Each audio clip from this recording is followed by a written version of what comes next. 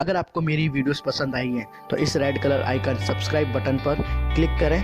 Right side में notification bell पर भी क्लिक करें और आसानी से हमारी वीडियोस पाएं। हेलो फ्रेंड्स, सबसे पहले मैं आप लोगों को थैंक्स बोलना चाहूँगा कि आपने मेरी वीडियोस को देखा, पसंद किया और सब्सक्राइब किया। आज मैं स्टूडेंट्स की स्टडीज़ को लेकर बात करूँगा कि उन्हें स्टडीज़ क्यों करनी चाहिए और कैसे करनी चाहिए। अक्सर क्या होता है कि 1 घंटे की पढ़ाई को करने के लिए कई स्टूडेंट्स 4 घंटे वेस्ट करते हैं। कैसे? बुक खोल ली और बुक खोलने के बाद सबसे पहले वो टॉपिक पढ़ते हैं। जैसे वो टॉपिक पढ़ते हैं उन्हें एक ख्याल आता है। क्या ख्याल आता है? यार आज मेरे टीचर ने मेरे को ऐसा बोला, यार उस दोस्त ने ऐसा बोला, यार उस लड़की ने मेरे को मना किया, यार वो लड़का बाइक बहुत अच्छी लेके आया था, यार उसकी ड्रेस बहुत अच्छी थी। कई कई ख्याल में खो जाते हैं और कहाँ से कहाँ पहुँच जाते हैं। एक थिंकिंग प्रोसेस आया, उस थिंकिंग प्रोसेस से हम दूसरे थिंकिंग प्रोसेस में चले गए, उस थिंकिंग प्रोसेस से हम तीसरी प्रोसेस में चले गए। जैसे आपने फेसबुक खोला, फेसबुक पर मान लीजिए आपको किसी फ्रेंड की ड्रेस पसंद आई, आप क्या बोलोगे? यार ये ड्रेस बहुत अच्छी है और मेरी ड्रेस ऐसी है, यार मैं ऐसी ड्रेस लेना चाहता हूँ। फिर आपको तुरंत ख्याल आएगा, यार मेरे घर में 10 दिन बाद शादी है और मुझे ऐसी ड्रेस खरीदनी है, लेकिन यार मेरे पापा बहुत बेकार हैं, वो ड्रेस नहीं दिलवाएंगे, ना पैसे खर्च करेंगे।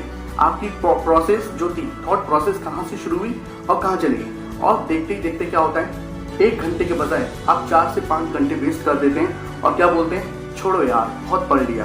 और इतने 4 घंटे से 5 घंटे में हमने सिर्फ एक टॉपिक कवर किया है। हम क्या करते हैं? सबसे पहले हम टाइम को किल करते हैं और आगे चलकर क्या होता है, जब समय खत्म होता है तो टाइम हमें क्या करता है? किल करता है। टाइम बोलता है बेटा अब समय गया, अब तुम्हारा समय बचा ही नहीं है। अगर हम टाइम को किल करेंगे, अगर हम टाइम को सही इस्तेमाल नहीं करेंगे तो आगे चलकर क्या होगा? टाइम हमारा सही इस्तेमाल नहीं करेगा। अगर हम टाइम को सही तरीके से यूटिलाइज करेंगे तो आगे चलकर क्या होगा? टाइम भी हमारा सही यूटिलाइज करेगा। जैसे मान लीजिए आपने बहुत अच्छी पढ़ाई की, बहुत अच्छे स्कोर दिए, आपने अच्छी परफॉर्मेंस की, तो आगे चलकर क्या होगा? आपका एक अच्छा करियर बनेगा। आपका जो टाइम है आपको एक सही डायरेक्शन, एक सही यूटिलाइजेशन आपको देगा। जैसे एग्जाम्पल मान लीजिए आपको एक अच्छा आईएएस बनना है, तो आप आईएएस बनने के लिए आप पढ़ाई कर रहे हैं, आपकी परफॉर्मेंस बहुत अच्छी है। एक टाइम ऐसा आया, आपने बहुत मेहनत की, बहुत पढ़ाई की, परफॉर्मेंस की और आप आईएएस बन गए।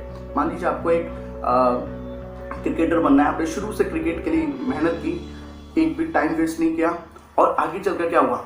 टाइम ने आपका यूटिलाइज किया और आप क्या बन गए? क्रिकेटर। इसी तरीके से आपको पढ़ाई के लिए सबसे पहले एक मैप बनाना होगा। जैसे मुझे एक बिल्डिंग बनवानी है, उस बिल्डिंग को बनवाने से पहले मैं क्या करूंगा?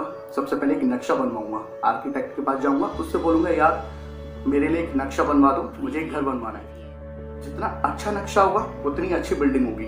इसी हिसाब से आपको अगर पढ़ाई करनी है तो पढ़ाई करने से पहले अपना एक शेड्यूल बनाइए। जितना अच्छा और जितना कंफर्टेबल शेड्यूल होगा उतनी कंफर्टेबल आपकी स्टडी होगी और उतना ही कंफर्टेबल आपकी परफॉर्मेंस होगी।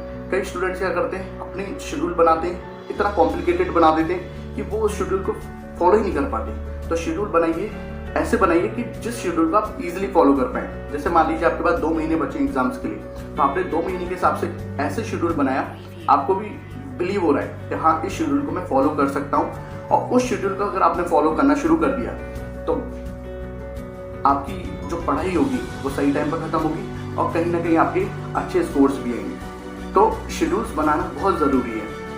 दूसरी बात मैं ये करना चाहूँगा कि कई लोगों को ये प्रॉब्लम होती है कि मेरे को पढ़ाई में इंटरेस्ट नहीं है, मुझे पढ़ाई नहीं करनी, मैं 4 घंटे पढ़ाई करता हूँ तभी मेरे स्कोर नहीं आते।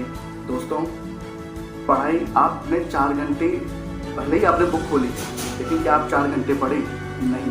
अगर आप 4 घंटे पढ़ाई की होती तो शायद आप ये जवाब नहीं दे रहे होते या आपके स्कोर कम नहीं आ रहे होते। तो सबसे पहले मैं आपको एक एग्जाम्पल देना चाहूँगा। एक इमेजिन करिए कि रात के 12 बज रहे हैं, आपके पास एक फ़ोन आता है और रात के 12 बजे बहुत तेज बारिश हो रही है। आपके पास आपके फ्रेंड का फ़ोन आता है और बोलता है कि यार एक काम कर, बारिश हो रही है, तू मेरे घर आ जा, आज चलो पार्टी एंजॉय करते हैं, या तू मुझे घर पे लेने आ जा, आज घूमेंगे। तो क्या आप घूमने जाओगे बारिश में? नहीं। लेकिन बाय द वे आपके फादर का फ़ोन आता है रात के 12 बजे, या आपकी किसी भी करीबी फ्रेंड का फ़ोन आता है, या आपकी मम्मी का फ़ोन आता है रात के 12 बजे। वो फ़ोन कर देंगे, बेटा हम बस स्टैंड पर अकेले खड़े हैं, हम यहाँ पहुँच चुके हैं और बारिश इतनी तेज़ हो रही है, यहाँ पर कोई भी कन्वेंस नहीं है, बेटा लेने आ जाओ। क्या करोगे? आप लेने जाओगे कि नहीं जाओगे? आप लेने जाओगे। चाहे आपके पास साइकिल ना हो या बाइसिकल ना हो, तब भी आप क्या करोगे, पैदल पैदल दौड़ के आप उन्हें लेने चले जाएंगे। इसी हिसाब से क्यों चले गए, क्योंकि आपके पास एक वजह थी। उस वजह की वजह से आप क्या गए, उन्हें लेने गए। एक इमेजिन आपको करना पड़ेगा, सपोज आप एक रेगिस्तान में खड़े हैं, आप 2 दिन से रेगिस्तान में फंसे हुए हैं। एक इमेजिन कीजिए, आंख बंद कीजिए और इमेजिन कीजिए आप एक रेगिस्तान की जगह खड़े हुए हैं, वहाँ 2 दिन से आप फंसे हुए हैं, वहाँ दूर दूर तक कहीं भी पानी नहीं है, आपको बहुत ज़्यादा प्यास लग रही है और आपको कहीं भी पानी नहीं मिल रहा। आप क्या करोगे, पानी की खोज में इधर से उधर भटकोगे, क्योंकि आपके पास वजह है कि मुझे पानी चाहिए।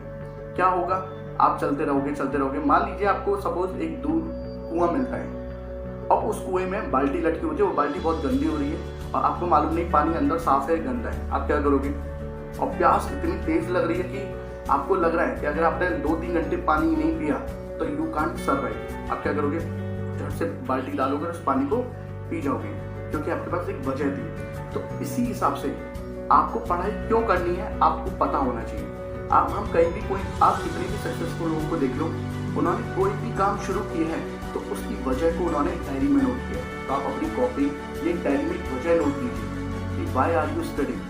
जैसे मैं एक IAS ऑफिसर का आर्टिकल पढ़ रहा था, तो उन्होंने अपने जब वो 7th-8th क्लास में थे तो उन्होंने अपनी वजह लिख दी थी कि मैं पढ़ाई IAS ऑफिसर बनने के लिए कर रहा हूँ और मुझे IAS ऑफिसर बनना है, मुझे अपना नाम कमाना है, मेरे साथ ये प्रॉब्लम्स आई और मुझे इन प्रॉब्लम्स को दूर करना है। उनके पास एक वजह है। दूसरी उन्होंने एक और वजह लिखी, ये तो थी पॉजिटिव वजह। एक नेगेटिव वजह क्या लिखी कि अगर मैं IAS ऑफिसर नहीं बना तो मेरे साथ ये प्रॉब्लम्स आएंगी, समाज हमें ऐसा बोलेगा। तो दोनों प्रॉब्लम्स को उन्होंने नोट कर ली। जब भी उनका मन नहीं करता था पढ़ने का, वो क्या करते थे, डायरी को पिन करते थे, उस वजह को पढ़ते थे और उनके अंदर क्या आता था, एक मोटिवेशन आता था कि नहीं यार मुझे पढ़ना है। तो हमारे थॉट प्रोसेस में क्या होना चाहिए कि हमारे पास मान लीजिए 2 महीने का वक्त है और एग्जाम शुरू होने वाले हैं, तो हमारे थॉट प्रोसेस में क्या होना चाहिए, पढ़ना है। आपने आपसे क्वेश्चन पूछिए क्यों पढ़ना है। अभी इस वक्त जो मेरा काम है वो सोचना नहीं है, इस वक्त मेरा काम है पढ़ना। तो हमें क्या करना है, एक वजह चाहिए कि मुझे क्यों पढ़ना है और पढ़ाई से क्या होगा, अगर नहीं पढ़ा तो क्या।